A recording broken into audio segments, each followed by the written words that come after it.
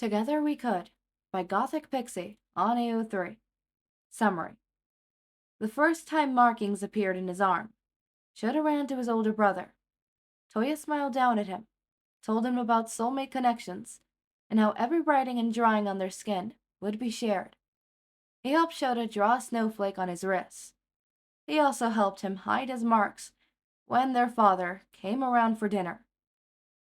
I don't want you to get in trouble. He spoke quietly. He always did. Dad doesn't like talking about soulmates. The first time marking appeared in his arm, Shouto ran to his older brother. Touya smiled down at him, told him about soulmate connections, and how every writing and drawing on their skin would be shared. He helped Shouto draw a snowflake on his wrist. He also helped him hide his marks when their father came around for dinner. All four siblings crowded around a few days later when Endeavor left for a mission, finally getting time with their little baby brother. Fuyumi showed him the writing on her arms. A girl named Rumi, she said, who liked rabbits and wrestling. Natsu didn't know his soulmate's name yet, but they would always draw stars and hearts and cat faces. Touya kept his sleeves down, but he shared about a boy named Kiko and his fascination with different types of birds. Shouto shrugged. I just don't want to get in trouble. He spoke quietly. He always did. Dad doesn't like talking about soulmates.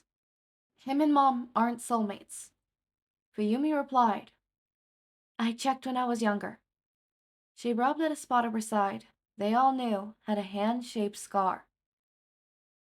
We should tell your soulmate to only write on places you usually have covered, like your stomach or your thighs. Then Dad won't see. Natsu looked at Touya for approval, and he nodded. That's a really good idea, Natsu. The younger boy smiled. They didn't get praise from Endeavor, so Touya tried his best to encourage them. Fuyumi has the best handwriting, so she can write it. Let's brainstorm what to say. They spent the next half hour drafting out a message before Fuyumi neatly wrote on her baby brother, just 5 years old. Dear soulmate, my name is Shouto. My sister is writing this. Hopefully you have someone who could read all this to you. My father cannot see the marks you leave on me, so please keep the notes and drawings to spaces covered by a normal t-shirt and shorts. I'm sorry. He doesn't want me to have a soulmate, but I really want to keep you. I hope you like the snowflake. My brother helped me with it. Thank you. Their mother came to put them to bed a little bit later, but as he laid in bed, Shouto felt something on his thigh. He snuck into the nearest room, Touya's, and asked him to read it. Dear Shouto, my name is Hanta. My mother is writing this. I'm sorry you're in this situation, but we'll make it through together. I'll keep all my marks to easily covered places. I want you to, and I loved the snowflake. XOXO. Touya wrote both the messages down in a notebook and hid it in his dresser before hurrying his brother back to bed. They both slept a little sounder that night. When Hanta entered elementary school, they finally started trading messages with each other. They knew each other's favorite colors, yellow and white, animals, monkeys and polar bear, and foods, pizza and soba. Hanta was an only child, but he had a lot of extended family. Shouto mentioned his 3 older siblings, and how he didn't know anyone related to him besides his immediate family. Hanta told him about TV shows and movies that Shouto couldn't watch, drawing out pictures of his favorite characters and scenes. Shouto would tell him when he was tired after training with his dad, and Hanta would write encouragements. And Hanta's mother would write some recommendations for essential oils. They didn't share what their quirks were. Shouto didn't want to. He didn't share his siblings' names or who his father was, or the scars that littered his body. Sometimes he felt he was a burden, that Hanta deserved a soulmate with less baggage. But then he would see a drawing of Todoro on his thigh when he changed for training, and he couldn't help but smile. He colored in the drawing before he went to sleep that night, making the creature blue, because he wasn't sure what it was supposed to be. He still transferred every message into a notebook Toya had left on his pillow the night he disappeared. The end of primary school, finished 3 notebooks. At middle school age, Shoto considered Hanta his best friend. Toya had been gone for a few years, and it hurt. But he couldn't show that to his family. He heard Fuyumi still cry in her room sometimes. He couldn't see their mother. Their big brother was gone, and Endeavor was working vigorously to keep his ranking up. Natsuo spent as much time as possible out of the house, playing volleyball and basketball and tennis and any other sports he could sign up for. He studied at the library instead of home, and half the time, Fuyumi had to wrap up his food for him to eat when he'd eventually come home. Shota had private tutors, an online school, and training with his father every other day. He wrote to Hanta as often as he could. It was his one solace.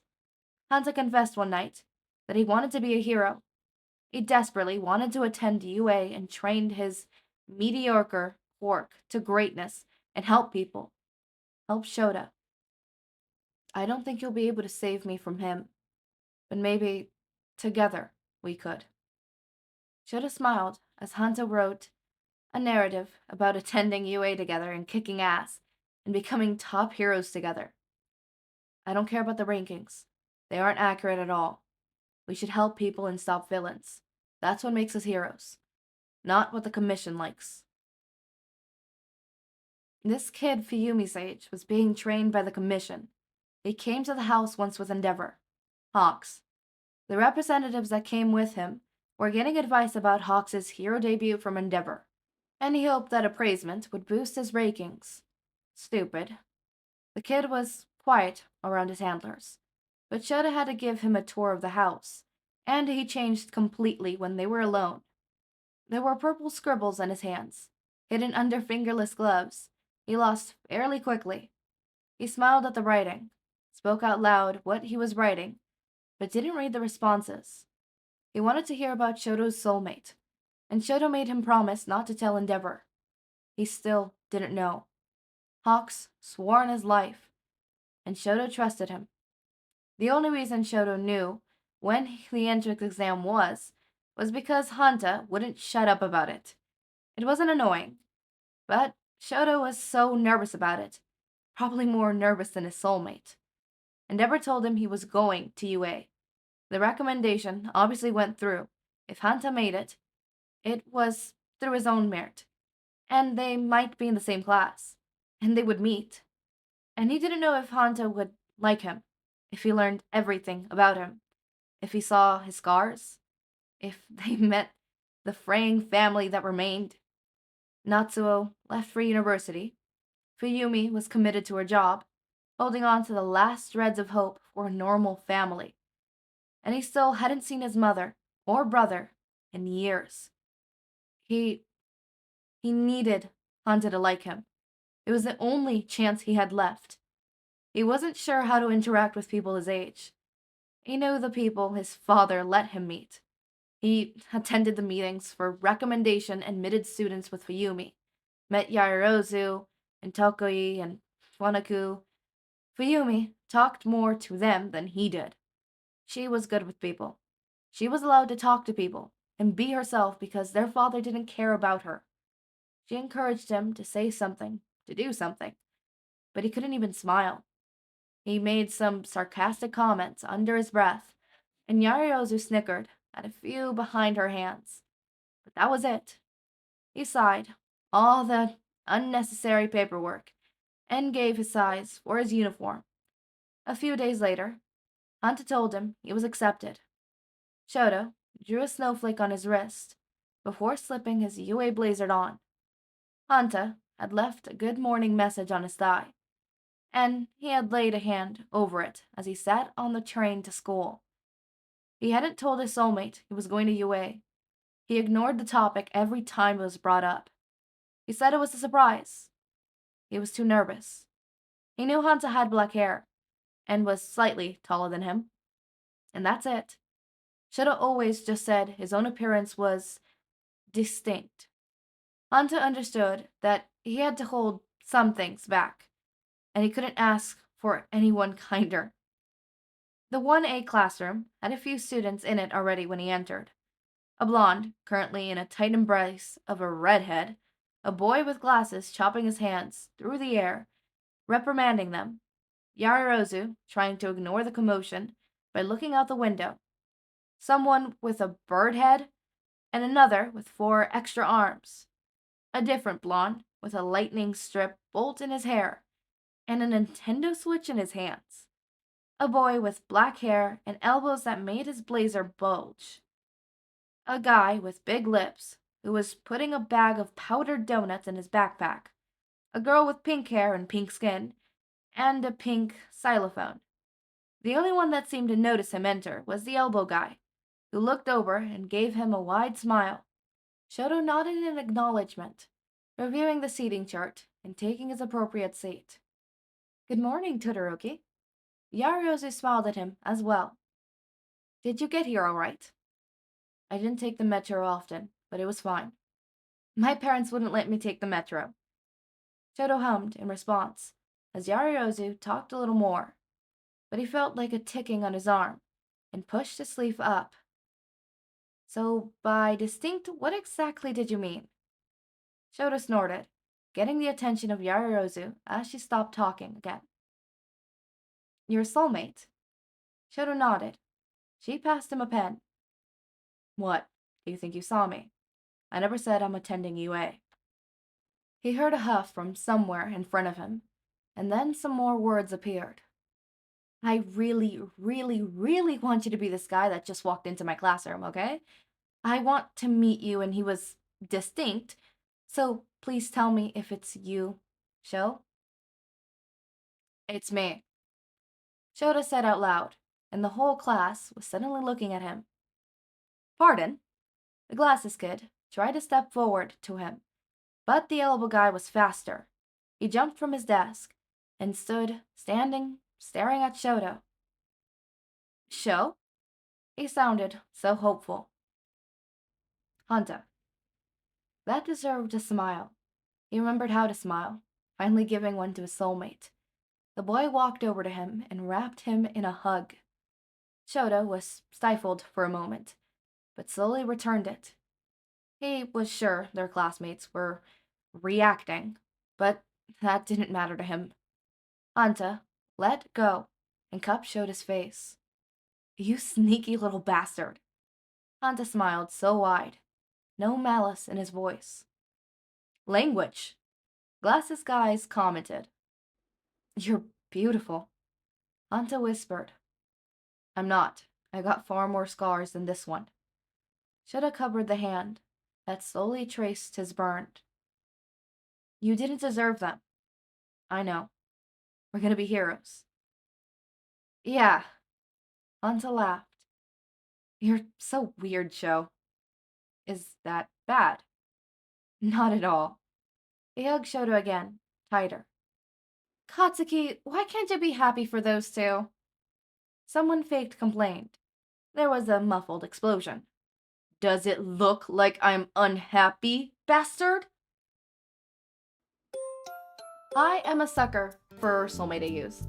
I've done a similar kind of premise, or at least the Soulmate part of it, the Soulmate AU part of it, where it's like the handwriting stuff. And it was a one shot, or it was a series of one shots. It was 3 series of one shots, 3 shots, if you may. And specifically, it was Todobaku Deku. This is Todoroki. Todoroki. Obviously, it's Todoroki. It's seroroki. Sorry, my bad. I'm going insane. And obviously, I kind of prefer seroroki over any other Todoroki ship. I feel like this is the supreme. I'm not gonna tell you how I started shipping them. I can't tell you because I don't remember. But onto the shipping thing. Obviously, they're the main ship. But I want to talk about some of the other ships that appear. Like, for example, Hot Wings. Another popular one. Or Dabi Hawks. Nobody fucking calls them Dabi Hawks. Hot Wings. We love Hot Wings. I love Hot Wings.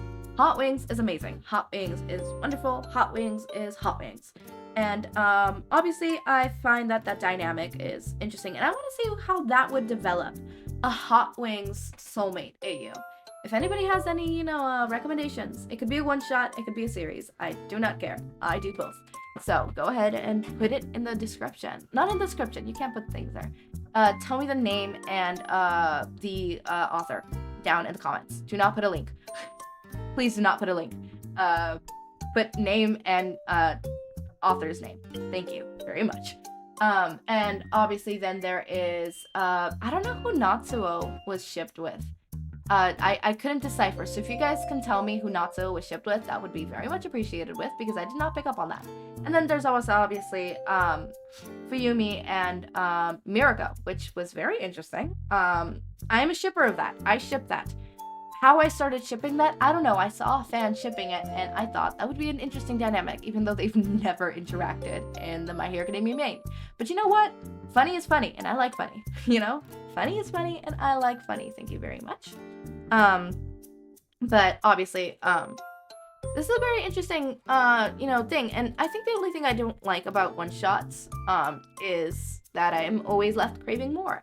There has been some one-shots where I'm not left craving more, but for this one specifically, I am left craving more. But then again, I'm always left for craving more, because it's always like, oh, it finished. I want more. Give me more. I don't care if it's mundane fucking stuff. Give it to me now. I would read it. All right? I could sit through a whole fanfic that is 1,000,000 words long. Do not try me. Do not test me. I'd be reading like 1,000,000 words per month.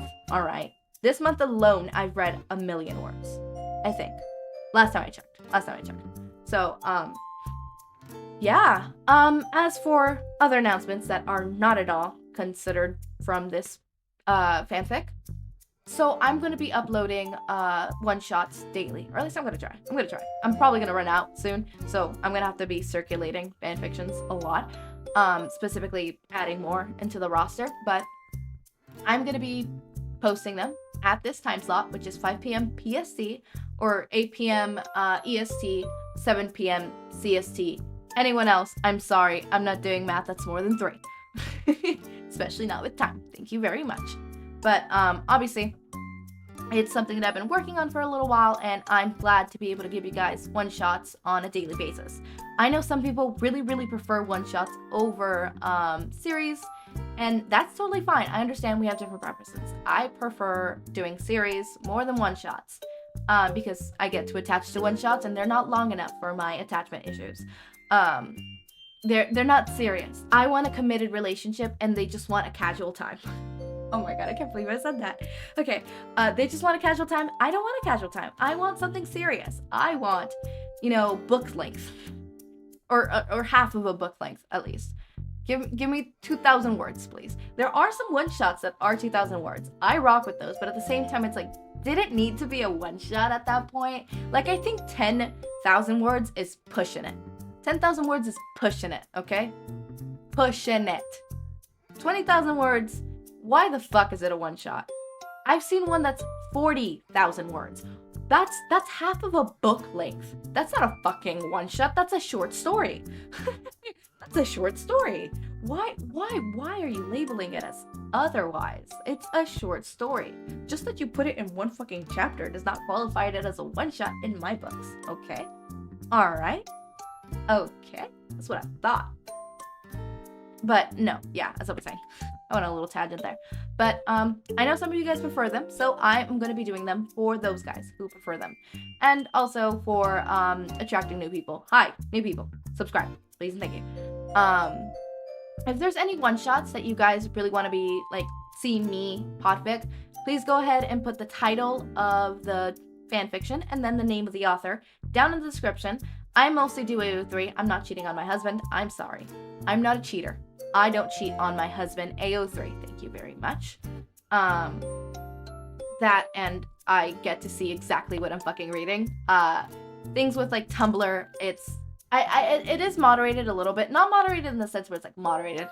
AO3 isn't moderated. But I mean with AO3, I get to see the warnings, I get to see the tags, I get to see the summary, and I get to know exactly what I'm putting myself into. And as much as I would, not care outside of doing YouTube and stuff, for YouTube and for the safety of you guys and me, because I don't want to accidentally do smut with minors, obviously I am checking very much. Also, I just don't want a blindside smut or something like a really, really big trigger or anything like that, if I'm being honest. I don't want to just get blindsided, okay? I do not need to get blindsided. I don't need to go thinking it's going to be a cutesy little fanfic, and then I come out saying, oh, well, this was a dead dove fanfic with you know, I should have known. I mean, it wouldn't be considered dead dove if it doesn't have tags. But you get what I mean. It would be like if it was on AO3, it would be a dead dove fanfiction. Which, you know, I see a lot of people misuse dead dove, which annoys me a little bit, but whatever. As always, my raindrops, make sure to eat, sleep, drink water, take your meds. Have a wonderful day or night. Link to my Discord server and socials are down in the description. Subscribe to see more of my content, and thank you so much for watching.